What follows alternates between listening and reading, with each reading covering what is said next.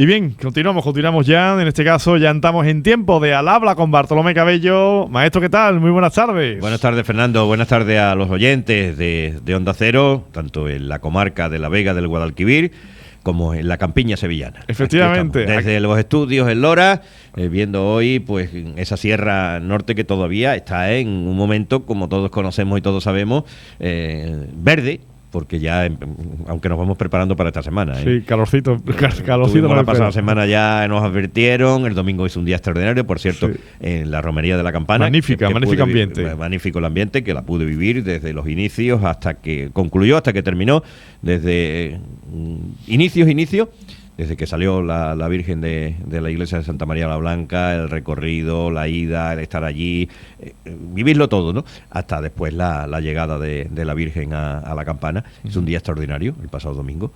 Ayer ya, en el lunes, empezó a subir la temperatura y hoy está subiendo un poquito más, pero el campo sigue estando extraordinario, ya se está viendo ese colorcito amarillo, de que estamos entrando ya, de que estamos ahí. Con la calor, ya está aquí la calor. Estamos ya el 17 de mayo y estamos ya cerca de que nos espera una semanita con bastante temperatura. Efectivamente. Sí, siempre antes de entrar en nada, recordar a quien...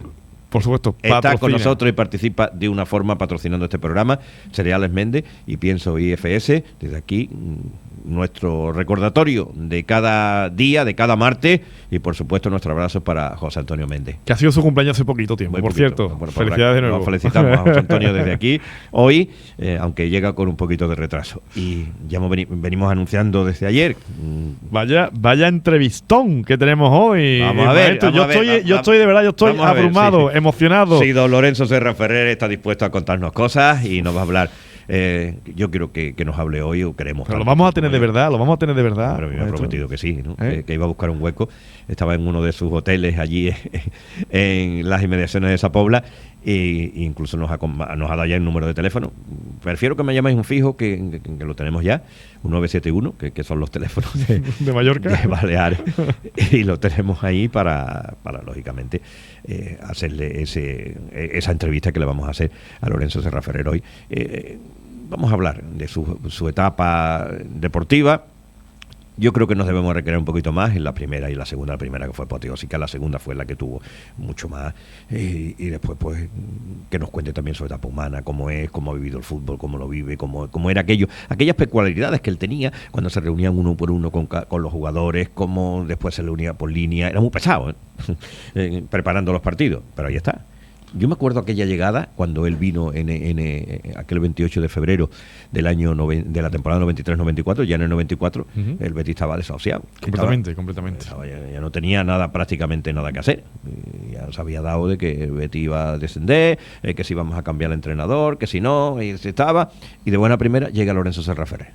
El Betis jugó precisamente en Mallorca, fue un desastre y aquello estaba ya más o menos perdido todo. Y entonces fue cuando se dice, ¿qué va a pasar?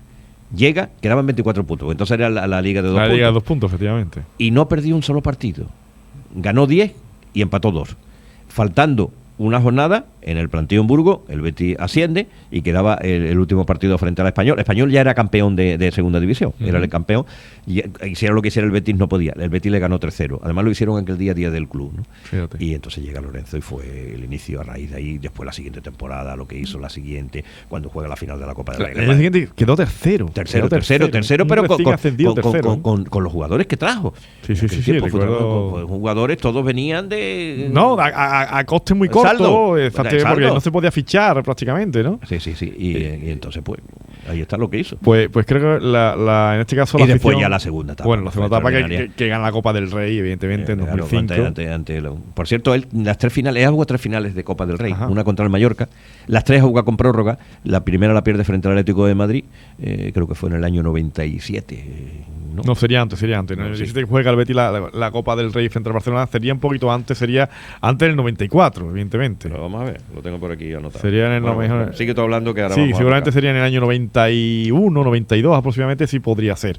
El caso es que Lorenzo Serra Ferrer siempre lo hemos calificado, y así, bueno, creo que la afición de Verde y Blanca así lo califica, es una barra del escudo, Lorenzo Serra Ferrer, ¿no? Y hoy la afición verde y blanca, tanto de Lora del Río como de la comarca de La Vega, La Campiña, y todos aquellos seguidores que nos siguen, también por supuesto muchos béticos que nos siguen a diario, también a través, por supuesto, del programa de Béticos en la Onda que tenemos, pues van a estar muy atentos y muy contentos de poder tener en el año 91, poder tener a Lorenzo Serra Ferrer en el día de hoy con nosotros, de la mano de Bartolomé Cabello, gracias también a tu amistad con él. Sí, bueno, a mí me quedó eso. Yo la segunda etapa lo traté menos, quizás porque yo no estaba ya en primera línea, yo estaba en otros menesteres, me dedicaba más a la organización de eventos que a la información deportiva en aquel tiempo. Entonces, pues lo traté menos.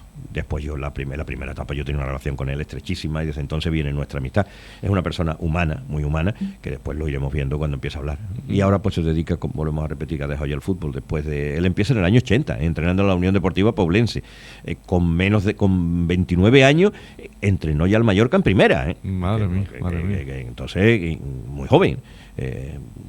Y después pues no ha cuajado en la última etapa, en el año 2017-2018, que está ahí y todo lo que hizo. Y bueno, ahí está.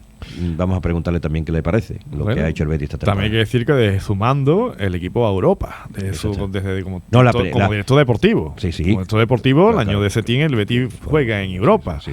Luego pasa lo que pasa, pero el caso es que su paso, la estancia de Lorenzo Serra Ferrer en el Betis siempre ha sido sinónimo de éxito. Siempre. Y estamos hablando de quizá. Ahora, evidentemente, como Manuel Pellegrini, que también ha conseguido lo que ha conseguido, estamos hablando de que el entrenador más laureado de la historia del Real Betis Balompié ha sido Lorenzo Serra Ferrer, considerado como el mejor. Y todavía ahí está el palmarés, y ahí no hay más que ver las clasificaciones de los años que ha entrenado. Efectivamente. Y bueno, Pellegrini ya también está prácticamente ahí, ¿no? Sí, está igualándolo, pues ya tiene también un título de Copa del Rey, que es el que le dio en el año de esa temporada 2005-2006, que le dio Lorenzo Serra, 2004-2005, que se lo dio Lorenzo Serra Ferrer al Betis, venciendo 2-1 al Club Atlético Osasuna en aquel gol de Dani, que nos ha contado ya los días anteriores que hemos estado hablando con él, cuando hemos estado recordando, él me ha contado alguna anécdota que, si te parece bien, se lo preguntaré. Claro que sí. Hay tantas cosas que preguntarle. Vamos a preguntarle algunas. Tantas cosas que preguntarle. Exactamente. Así que, bueno, pues vamos a entrar en materia. La entrevista en torno a la 1:10, 1:15 aproximadamente, como siempre. Sí. Después noticias de España, el mundo y Andalucía. Y vamos a tener nada más y nada menos que aquí, en Al Habla con Bartolomé Cabello, a Lorenzo Serra Ferrer. Hasta dentro de unos minutitos. Después del boletín de la 1 del mediodía, vamos a contar con un histórico en el Real Betis Balompié, como entrenador, que hizo mucho, y yo le tengo un recuerdo extraordinario. Una barra del escudo. Sí, es una barra del escudo. Yo le tengo una amistad entrañable y le tengo cariño. Claro que sí. Deseando de entrar en esa entrevista, claro que sí. Hasta dentro de unos minutos.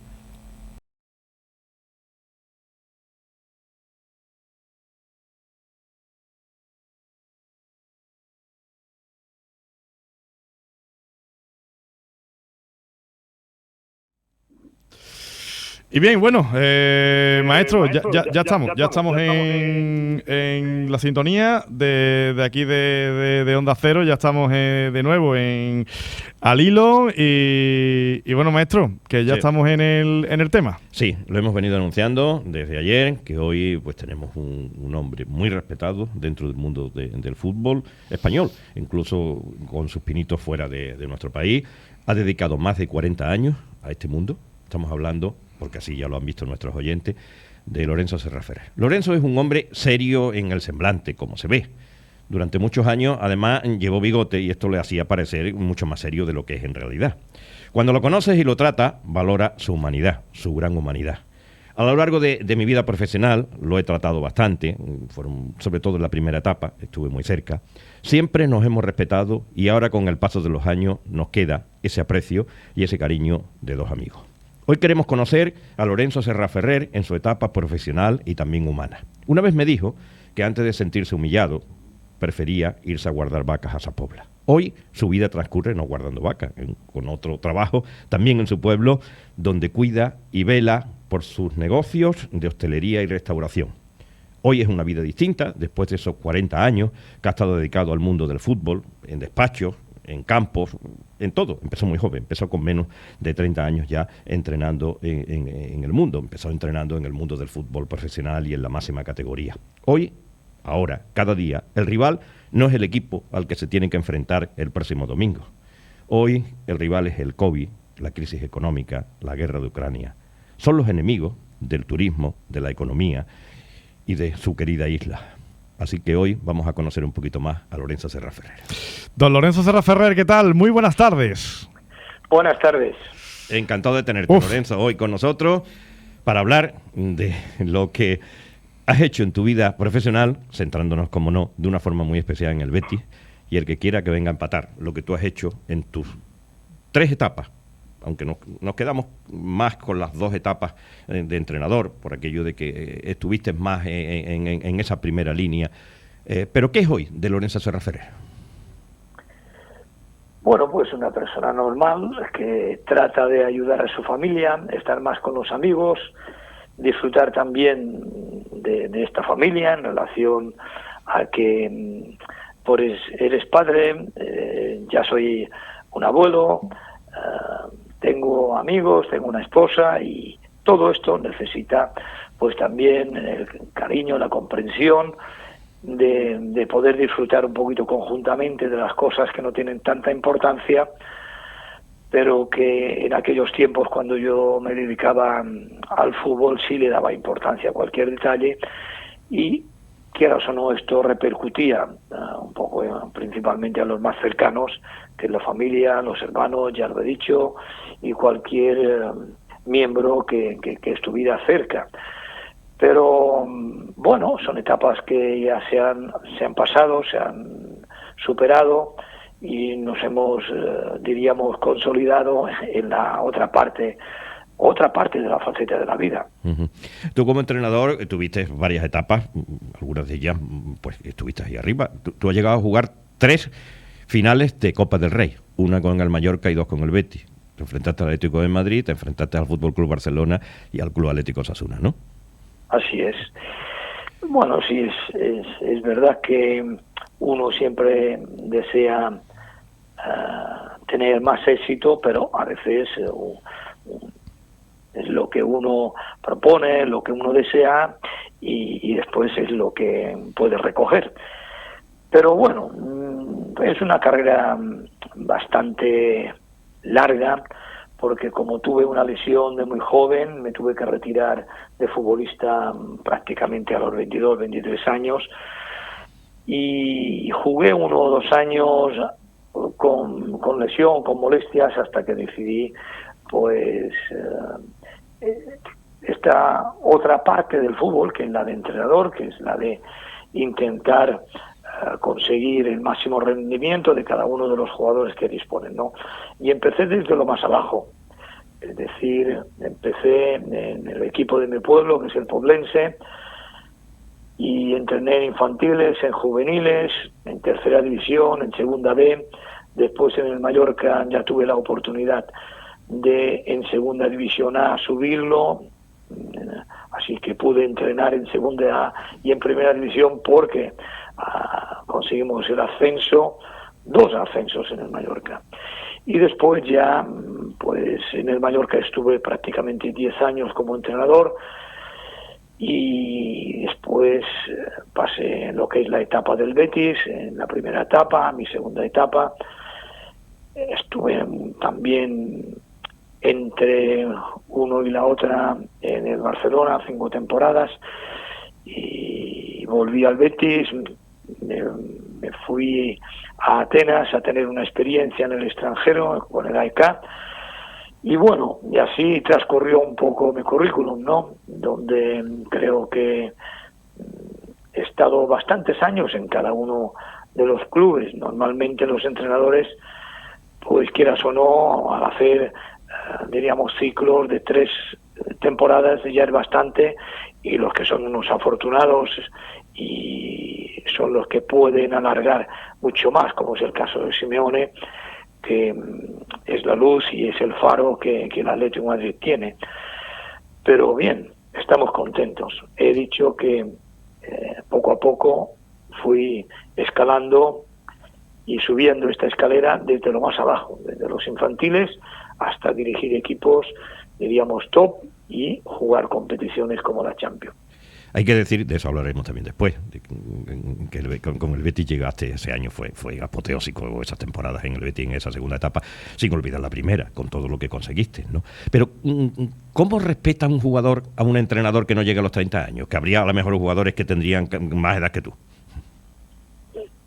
Hombre, le respetan por lo que tú le transmites, por lo que tú le exiges, por lo que consigue el equipo, de la manera, diríamos, de la parte humana, cómo se cohesiona esta persona con el futbolista, pues son factores que tienen bastante influencia, aparte de lo que te pueda cruzar por en medio, llámese lesiones, llámese situaciones difíciles para un futbolista, y como se lo explicas, se lo dices, entras en el terreno personal para ayudar, pero siempre para proponer una mejora, para exigir ser el mejor dentro de los mejores. Bueno, pues esto fue un poco mi lema y mi manera de actuar. Muchos años, estamos hablando de 40 años dentro del mundo del fútbol. Has visto una evolución total, ¿no? Porque desde que llegas, como tú dices, al Poblense, allá por principios de los 80, hasta que te fuiste hace 8, 9 o 10 años de la primera línea, o te fuiste hace 3, 4 del Betis, vamos, hace 2 años, 3 años. 2 años del Betis, ¿no? Has visto una evolución total dentro de este fútbol, ¿no? Bueno, el fútbol ha evolucionado bastante, sin duda.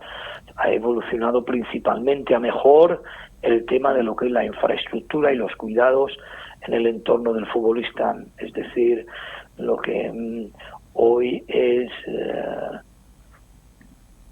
cualquier, diríamos, aspecto que le pueda ayudar a tener una respuesta en el terreno de juego más fuerte y más eficaz, empezando por la medicina deportiva, el nutricionista, los fisios, especialistas en prevenciones, la infraestructura de lo que es la ciudad deportiva, que es fantástica.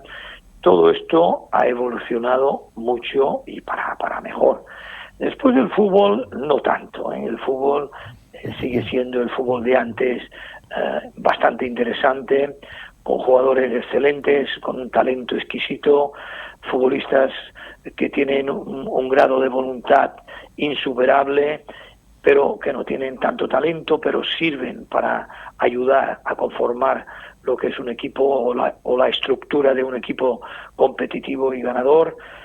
Pues esto ya desde hace bastantes años esto estaba en marcha. Basta recordar si hoy, por ejemplo, tenemos diríamos equipos del nivel del Real Madrid o del nivel del Liverpool, Manchester City o Barcelona también en sus tiempos recientes, sin pretender nada con los equipos que he estado, pero sí también aprendí bastante o diríamos iba a Holanda a aprender de la escuela holandesa, que siempre la admiré mucho, tanto en la formación, que yo le decía que esto era un fútbol académico y se aprendía desde lo más básico de los fundamentos técnicos hasta los tácticos, y con un fútbol muy atrevido, muy diríamos muy ofensivo, y yo creo que todo el mundo recordará pues lo que era el fútbol total o la naranja mecánica de lo que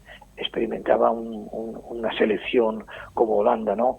Ojalá pudiéramos recuperar un poco todo este nivel que estamos hablando de hace 40 años, pero que a día de hoy en el terreno de juego se ven cosas, diríamos, muy parecidas en aquellos tiempos. Si bien es cierto que cada etapa ha evolucionado bastante bien, hay diferentes escuelas, no solamente la escuela holandesa o la centroeuropea, pero también la escuela italiana, que era más de catenaccio, otro fútbol, hasta que llegó Arrigo Sacchi, que transformó totalmente el fútbol con el Milan también de Fabio Capello, y la etapa del Real Madrid y la etapa del Barcelona. Ya entramos en lo que es el tipo de fútbol en la escuela española, que creó una escuela, creó una forma, creó un estilo, que lo supieron llevar al máximo tanto Luis Aragonés como Vicente del Bosque. Bien, he sido un poco extenso en la respuesta de esta pregunta, porque en algunas cosas sí que ha cambiado mucho y bien el fútbol, y en otras no tanto. Lorenzo, dices que tú eres un seguidor de esa escuela holandesa. ¿Para ti, Johan Cruyff era el espejo? Johan Cruyff en aquellos tiempos, claro, era un espejo, porque como futbolista también introdujo aspectos bastante diferentes, principalmente en el liderazgo, como mandaba y transmitía, era la mano, el brazo alargado del entrenador, era un poco el que regulaba y el que imponía el ritmo, la pausa, aparte de estos cambios de ritmo geniales que tenía, ¿no? Pero este don de mando que tenía sobre los compañeros ya te ayudaban muchísimo a entender bastantes cosas. Y sí, le pedí permiso para ir a ver las pretemporadas, cómo se trabajaba, principalmente cómo se llegaba a este nivel futbolístico, y tuve la suerte de ser aceptado y fui a Holanda 2 o 3 veces, y que me sirvió de mucho, a pesar de que a veces no puedes ponerlo en marcha, porque lo que ves en un equipo, el resultado que obtiene, a lo mejor tú no tienes los jugadores con este perfil, y yo siempre he pensado que son los jugadores en los que marcan esta situación. Si es verdad que lo que transmite el entrenador, lo que pide el entrenador, ayuda, pero si no tienes las características adecuadas con los jugadores, es muy difícil de conseguir algo. Era muy peculiar la forma de preparar un partido, esa mañana de domingo, porque entonces en tu tiempo casi todos los partidos eran en domingo, porque eran los horarios que había. Te reunías uno por uno, desde Prat, porque era el portero entonces, hasta el último de los delanteros. ¿Cómo era aquello? Bueno, yo vivía y sigo viviendo, pero no tanto, el fútbol de una manera muy apasionada, y le ponía mucha ilusión a todo, tanto en cualquier detalle del entrenamiento que preparabas para el partido que tenías que afrontar, el próximo que tenías, el más cercano, hasta el objetivo, diríamos, parcial y el total que podíamos conseguir. Entonces, yo siempre tenía esta idea y quería esta certeza de que el futbolista estaba muy ilusionado y muy conectado con lo que queríamos conseguir. Antes de dar la alineación definitiva, pues hablaba individualmente con cada uno, sin duda, quizás un poco exagerado, pero así lo hacía, y le transmitía lo que yo pensaba, la importancia que tenía aquel partido, que todos tenían importancia porque los queríamos ganar todos, y la manera de afrontarlos. Y quería saber de propia voz cuál era el pensamiento del futbolista. El futbolista tenía que conversar, no conversaba yo solo. El futbolista tenía que decir lo que pensaba, lo que esperaba, de lo que yo le pudiera proponer en el partido y de lo que él estaba capacitado para poder hacer. Pero no solamente lo hacía a nivel individual, también lo hacía por líneas, y al final hacía la charla colectiva antes de salir hacia el estadio para encarar el partido. Así que lo hacía a nivel individual, también lo hacía por líneas y también lo hacía a nivel colectivo. ¿Cuánto tiempo te llevaba todo esto? Bueno, tú asistías en las concentraciones y me veías en algún rincón. Sí, totalmente, Lorenzo. para allí pasar un poco desapercibido, pero desde el momento que el jugador tenía que bajar, diríamos, de la habitación a desayunar todos juntos, no en la habitación, no durante todo el día, no, era una situación un poco de exigencia ya, y la convivencia era importantísima. Y esto era la alegría, y por el que tenía la suerte de poder jugar y expresar, pues tenía que ser un regalo que tenía que demostrar al jugador que no tenía esta suerte de haber sido el elegido, que al menos lo acompañase un amigo, que lo dejase todo en el terreno de juego por el bien del equipo, por el bien de lo que es la afición, de lo que representaba la afición de cada uno de los equipos. Bueno, pues esto fue mi manera de trabajar y me llevaba un tiempo que yo creía que era necesario. El futbolista tampoco estaba, diríamos, mucho tiempo. Con hablar 10-15 minutos con cada uno ya era más que suficiente. Lorenzo, si las cuentas no me fallan, creo que llegas al Real Betis Balompié en el año 94, ¿verdad? Sí, la temporada en segunda división 93-94. Llegas a un equipo un 28 de febrero, efectivamente, día de Andalucía. Sí, llegas a un equipo que estaba prácticamente muerto, un equipo que estaba muy lejos del ascenso. Y bueno, el récord fue absoluto, porque creo recordar que fueron de 22 de 24 puntos posibles, que cuando la liga era de 2 puntos. Todo victorias menos 2 empates. Efectivamente. Lorenzo, ¿qué hizo en esa plantilla para cambiarla de esa manera tan rotunda y que el equipo cogiera una especie de despegue que fue imparable? ¿Qué pieza tocó?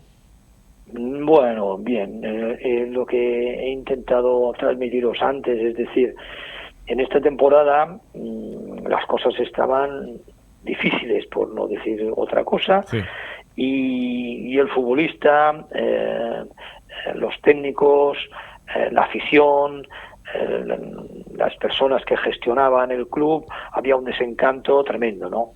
Lo que pasa que la grandeza del beticismo nos ayudó muchísimo. Yo entré en un vestuario con 27, 28 futbolistas, con mucha nacionalidad, distinta, diferente, y aquello tenía que tomar una decisión muy drástica, a pesar de que algunos futbolistas a lo mejor se sintieron mal, pero la exigencia era máxima y la responsabilidad para mí era desbordante, porque si no daba el nivel, está claro que yo no seguiría. Si no conseguíamos el ascenso, no seguiría en el Betis, como es normal en los tiempos que te toca vivir.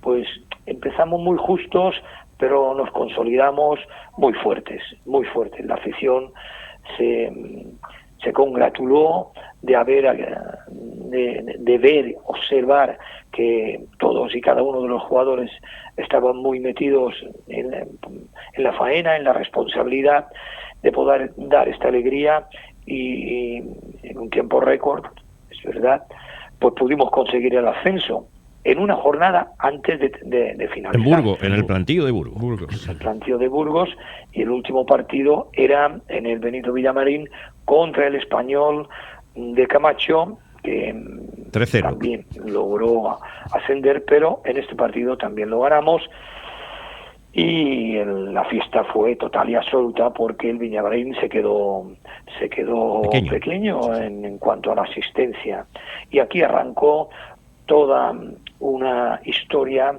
fantástica que yo estoy orgulloso de haber participado en ella, y que escribimos unas páginas fantásticas y cambiamos de lo que era un pasear por la segunda división, un deambular por la segunda división, a brillar en primera división desde el primer año que entramos. Así que este ascenso fue crucial, y fue crucial por esto, por los jugadores, porque entendieron bien esta necesidad. Había jugadores de mucho talento. Decidimos por un grupo más corto, respondieron, y así fue un poco lo que conseguimos, que cada día que pasaba, cada partido que jugábamos, teníamos más confianza uno con el otro, los jugadores conmigo, yo con los jugadores, y fuimos capaces, juntamente con el apoyo de la afición, de conseguir este reto.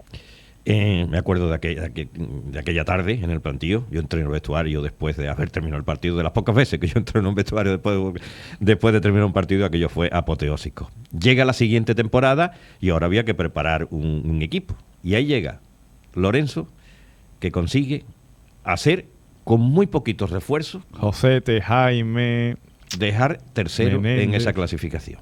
Ese fue otro milagro, ¿no? Bueno, un milagro no, fue un milagro de multiplicación de panes y peces, pero trabajando. Sí, es verdad que esto, cuando arrancamos, no pensamos nunca en esta posibilidad. Es más, Don Manuel siempre decía que quedando en primera división seremos los más felices del mundo, pero yo no me conformaba con estos objetivos, pero que era normal porque eras un recién ascendido y había que tener el respeto a todos los equipos que ya hacía tiempo que estaban, diríamos, acostumbrados y bregados en esta categoría. Pero continuamos el trabajo, nunca hubo un impasse, es decir, no pudimos hacer grandes fichajes, pero sí conseguimos futbolistas que se integraron muy bien a un grupo de jugadores que estaban formados en la casa, me refiero a los Cuellar, Merino, Márquez, Ureña, Ríos, Olías, bueno, Olías no era canterano. No, sí, verdad, no era canterano. Era como canterano, igual sí, que Alexis, que era un futbolista que prácticamente era de la casa. Y bueno, seguimos con este bloque, muy sólido también, muy humilde, pero que los partidos al equipo oponente que teníamos que jugar le era muy complicado porque teníamos una capacidad de trabajo extraordinaria, teníamos un equipo muy muy bien cohesionado, tanto fuera del terreno de juego, a nivel de amistad y de ilusión que tenían los jugadores, pero también a nivel de juego fuimos un equipo muy sólido, no solamente en esto, porque creo recordar que fuimos el equipo menos goleado. Claro, fue Zamora. Sí. Con 25 goles en contra, que esto se dice fácil, pero no es fácil, basta mirar ahora mismo la clasificación y ver los goles en contra. No podíamos presumir de grandes goleadores, pero con gente de la casa sí lo hacíamos, repartíamos bien con Ángel Cuellar, repartíamos bien con el Toro Aquino y más los defensas, Ríos, que era un jugador que tenía ya una progresión muy muy muy fiable, muy estable, aparte de gente que vino nueva como Vidakovic, o gente con un perfil más humilde como Josete, como Jaime, el otro lateral, y vienen con los de la casa también, como lo he nombrado antes, ¿no? Pero conformamos un equipo muy sólido, muy fuerte, tanto en la parcela de atrás, en el centro del campo y arriba también. Así que conseguimos esta tercera posición que yo creo, no, tendría que confirmarlo. Aún no se ha batido este récord. No, lo sigues manteniendo, Lorenzo. Aún no se ha batido este récord de que un equipo recién ascendido consiga la tercera división, o la tercera posición. Es decir, en la historia del fútbol español, el Betis, en este caso, fue y lo mantiene aún con el paso del tiempo. Vale. Bien, diríamos, una alegría y unos recuerdos fantásticos de un resurgir de un grande como es el Betis. Y bien, yo creo que en aquellos momentos conseguimos lo que dije en una frase, que hasta que no lleguemos a la altura de la afición, uno no se puede conformar, y con la afición es muy difícil lograr estar a su altura y a su nivel, pero yo creo que en estos tiempos conseguimos que las dos partes del alma del beticismo, que es la afición, y nosotros los jugadores y entrenadores y cuerpo técnico, que tuviésemos un nivel de esta altura. Esa primera etapa termina precisamente con la final del Santiago Bernabéu frente al Fútbol Club Barcelona. Quizás uno de los mejores partidos, pero que lamentablemente se pierde ya casi al final de esa prórroga, ¿no? Sí, un gran partido con un final amargo, sin duda. Aquí el Betis ya había evolucionado bastante con futbolistas, diríamos, de un nivel fantástico, y la posición fue de cuartos, pero empatado de puntos con el tercero. Nos aproximamos en aquella situación, pero he dicho que los jugadores ya tenían una experiencia mucho mayor que este grupo que trabajamos en el 94-95. Es decir, Jaro fue portero menos goleado, el Zamora, ok, chapó, pero yo le pedí un portero al Opera, por favor, para intentar avanzar.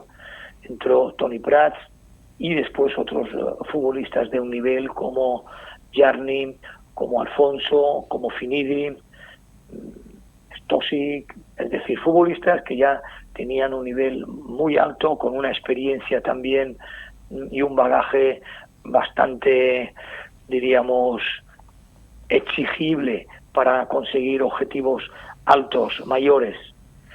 Pues no pudimos conseguir esta final de Copa, pero yo creo que lo mereció. Esta generación de futbolistas mereció ganar una final, porque yo creo que en el transcurso del mismo fuimos mejores, y también en la competición de liga también quedamos muy bien. Con un buen fútbol, con una mentalidad muy ofensiva, con un talento exquisito, donde era un regalo para la vista por cada espectador que asistía, cada espectador que asistía en el terreno de juego, ¿no? Bueno, muy bien. Sí, Lorenzo, bueno, Alfonso Pérez Muñoz ha declarado hace poco tiempo que para él que fue el mejor partido que ha jugado en su carrera deportiva, aquella final del 97, ¿no? Y también ha hecho mención, en este caso, a aquel trío, ¿no? Alfonso, Finidi, Jarni, ¿no? Que bueno, que también ha marcado una época en el club verde y blanco. Y a mí me llama la atención también la metamorfosis que sufrió, en este caso, Jarni, del primer año que estuvo en el equipo a ese segundo, en el 97, donde el Betis, pues, donde alcanzáis la final de Copa. Y bueno, don Lorenzo, que se pueda contar, no sé, cómo le puso las pilas a Jarni, porque Jarni no era el mismo del primer al segundo año, no tenía nada que ver, ¿eh? Bien, pero no nos olvidemos que Jarni venía de jugar en la Juventus. Sí, claro. De jugar con totalmente. Con todos los respetos. Es decir, era un futbolista internacional con Croacia, y después le hemos visto hacer cosas espectaculares, tanto en la selección como en el Real Madrid, como en todos los equipos, y en el Betis también. Es decir, es verdad que el juego, diríamos, por las bandas, a mí siempre me ha gustado mucho, me ha llenado bastante, y tanto Finidi, que venía del Ajax, recién campeón de Europa, con un Ajax extraordinario, con una juventud también digno de admirar y de valorar el talento que tenía, y Alfonso, pues en el centro, que no siempre jugaba delantero centro, porque a veces lo ponían por detrás del delantero, que era un delantero más rompedor, como puede ser Pierre, y que aprovechaba muy bien los espacios y los centros.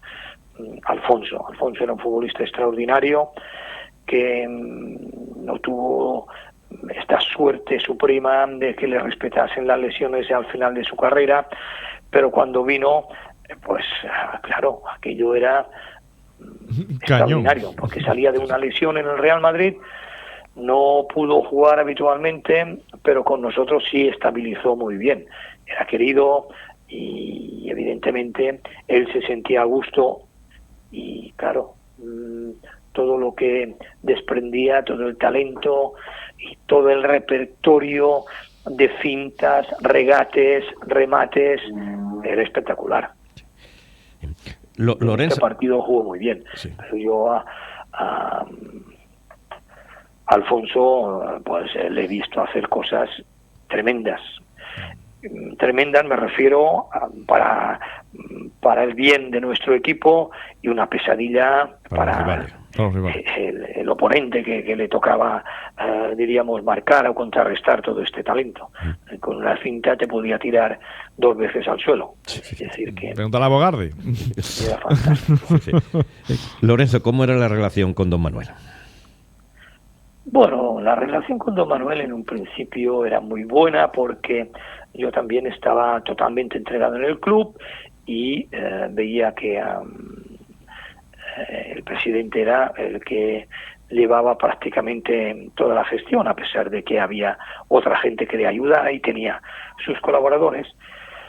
Y bueno, hubo bastante, diríamos, de feeling, pero yo creo que le faltó un poco más de valentía en el tramo donde teníamos el equipo ya enfilado. Lo más difícil ya estaba hecho, es decir, sacar el equipo de segunda división en la primera, el primer año asombrar a toda, diríamos, a todo equipo oponente, a los demás clubes, y situarnos en competición europea. Ten en cuenta que el primer año ya jugamos la UEFA. Sí, sí. Ya participamos, y cada año también participamos en competiciones europeas.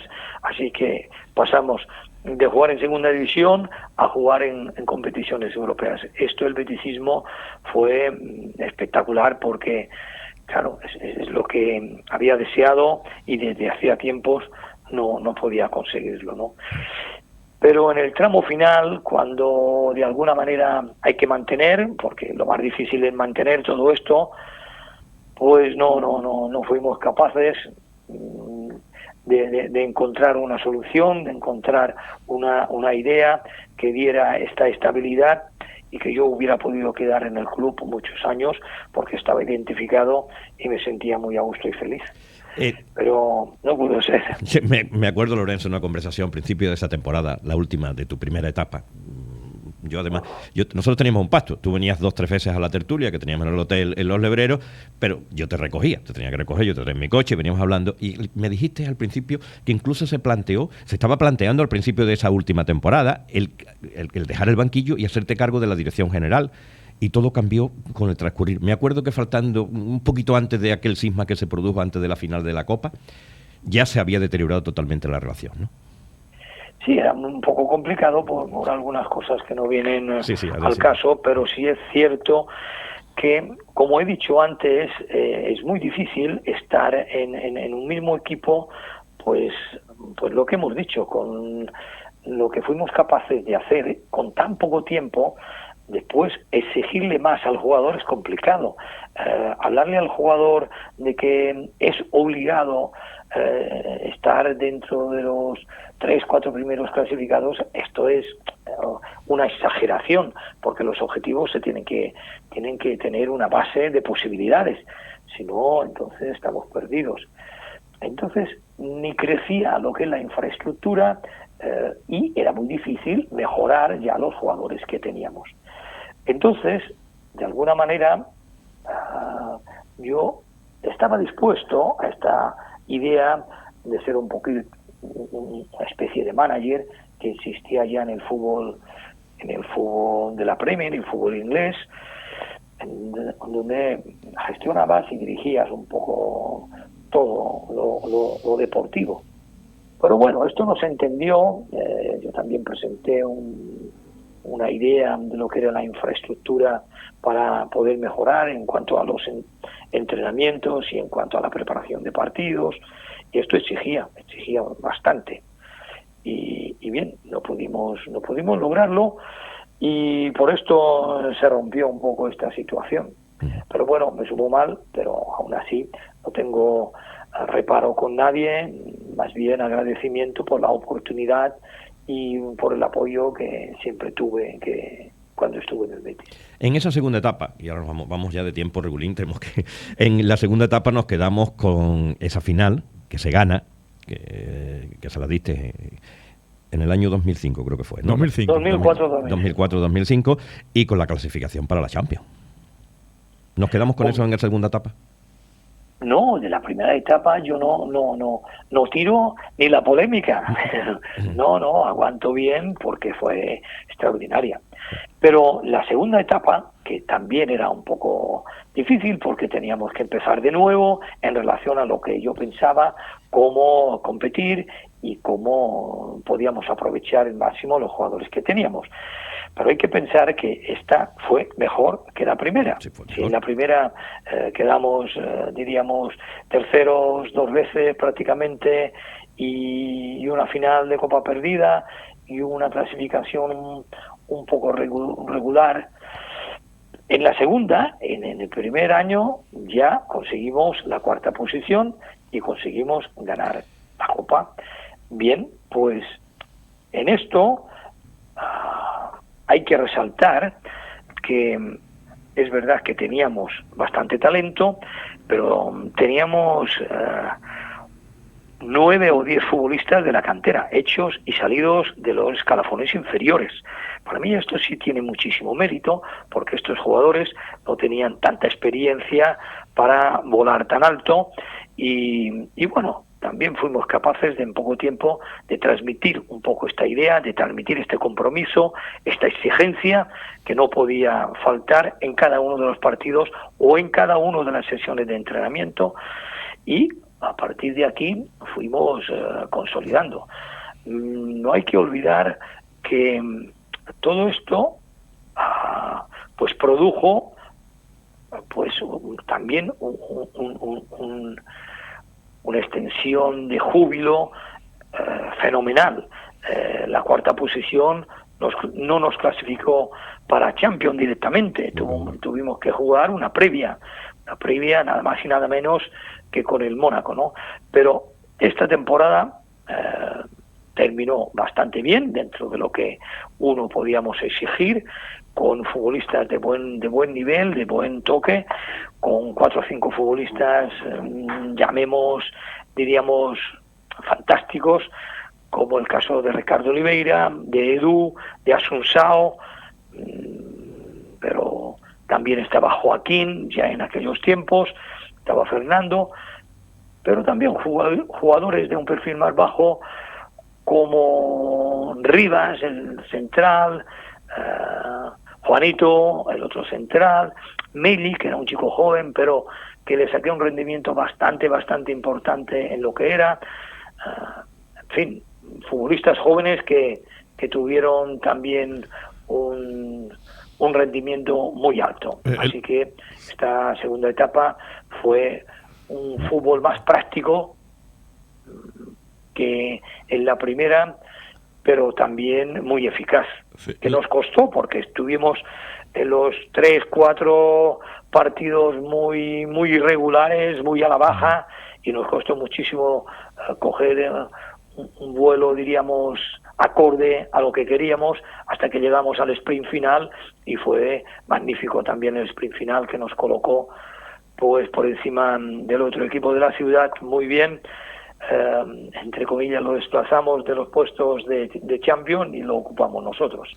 Lorenzo, perdone, ¿cómo fue aquella frase visionaria hacia Dani? Cuando Dani llegó a ese vestuario y estaba completamente derrotado por otra lesión, y le comentó y le afirmó: coge las botas que vas a marcar el gol de la Copa del Rey, de la final de la Copa del Rey. Bueno, pero esto a mí me da hasta vergüenza volver a repetirlo, ¿entiendes? Porque esto fue un churro, en el sentido de que Dani también tuvo una temporada complicada, difícil en cuanto a lo que son lesiones, y se volvió a lesionar, y yo entré en el vestuario para los 5 minutos de feedback y vi que en los percheros había las botas, y abajo Dani con la cabeza agacha, y en fin, le dije que, hombre, ¿cómo hacía esto? Si él tenía aún mucho tiempo para poder luchar contra esta adversidad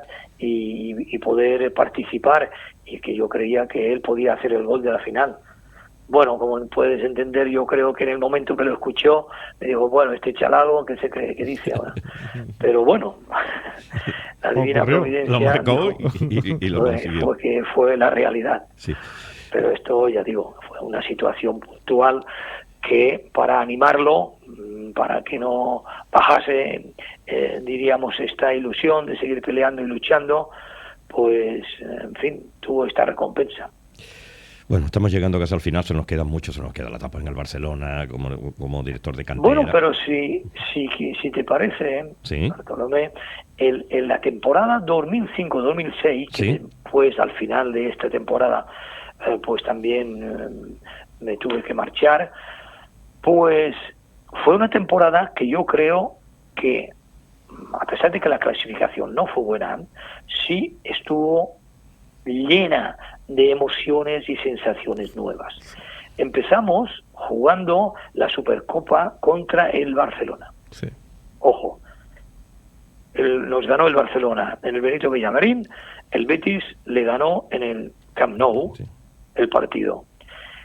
Esto fue un miércoles, creo,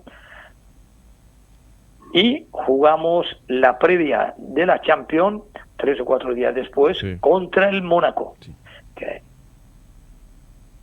¿Os acordamos de esto o no nos acordamos? Sí, por supuesto, por supuesto. Lo digo porque como empezamos la liga, no fue con la liga regular de la Liga Española o la Copa del Rey, no, empezamos con otra final, que es la Supercopa.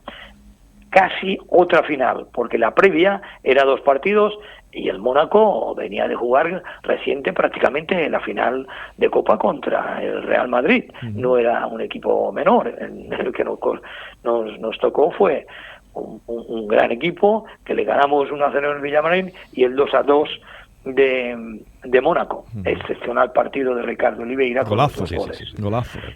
Bueno, pues aquí continuamos con estas 2, con la Liga Española, la Copa del Rey, la Champions y la UEFA, porque quedamos terceros con la Champions, pero no nos olvidemos que jugamos contra el Chelsea, jugamos con el Liverpool, que era recién, que hizo campeón de Europa. Bien, por primera vez en 2 o 3 años le ganamos al Chelsea, que fue otra experiencia y otra emoción fantástica en el Benito Villamarín. El imbatible Chelsea, el imbatible, que llegó con un récord de que no perdía nunca. Quedamos apeados de la Champions y entramos en UEFA, que jugamos creo que contra el AZ Almar, y el otro, el Steaua de Bucarest, que nos eliminó. Pero bueno, digo que todas estas situaciones, sensaciones, ojalá las volvamos a repetir, y estamos hablando de la Supercopa, y estamos hablando de la previa de la Champions, y estamos hablando de la Liga, de la Copa, y todos estos partidos, como pueden ser Chelsea, Liverpool, Anderlecht, que nos tocó el otro equipo, y nosotros. Bien, así que de esta parte no la podemos saltar porque fue muy buena. Son unas páginas, yo creo que en el beticismo que todo el mundo recuerda. Adelante. Sí, Lorenzo, estamos terminando. Quiero ¿qué balance haces de esta temporada? El balance es positivo, yo creo que muy bueno. Es muy bueno porque se ha competido también en 3 competiciones a un nivel bastante alto. La propuesta del fútbol es muy atractiva y el equipo también ha sido muy generoso. Ha podido utilizar a toda la plantilla porque las rotaciones, cuando las ha creído oportuno Manuel, le han funcionado muy bien. Y Manuel ha demostrado que es un gran entrenador, un excelente entrenador, que me alegro muchísimo que esté en un club en el cual yo aprecio y le quiero muchísimo, y le ha sacado un rendimiento óptimo. Vamos a ver si somos capaces de seguir y bien. Esto es lo que puedo decir, hablar bien, solamente se puede hablar bien de esta temporada. Bueno, se nos han quedado un montón de cosas. Yo tengo que cierro con algo emotivo, algo que me vincula. Yo recuerdo que en el año 2001 falleció mi mujer, Lorenzo Serra Ferrer, entrenador del Fútbol Club Barcelona, me llamó, se llevó hablando conmigo una noche, más de media hora. A los pocos días yo le dije que iba a Barcelona. Por favor, no deje de venir a verme. Nos recibió en el despacho suyo, en el vestuario del Fútbol Club Barcelona, a mis 2 hijas, a Esther y Laura. Se presenta Lorenzo. ¿Qué equipo os gusta? Le dice a mi hija Esther, dice a mí Iván de la Peña. Se presenta dice a ti, a mí Guardiola, y se presenta con las 2 camisetas. Esas las tienen mis hijas en un lugar preferente. Lorenzo, siempre vuelvo a repetir, que tiene esa parte humana que hoy hemos querido también resaltar. Por cierto, que Lorenzo, muchos de sus trabajadores son de La Campana, y nosotros llegamos a La Campana pues con toda la nitidez, Lorenzo. Pues muy bien. No descartamos que algún día podamos ir a La Campana y disfrutar un poco. Lorenzo, ha sido un placer estar contigo. Se nos han quedado un montón de cosas, pero bueno, hemos conocido una parte muy importante de Lorenzo Serra Ferrer, después de 40 años en activo dentro del mundo del fútbol y ahora dedicado a la hostelería.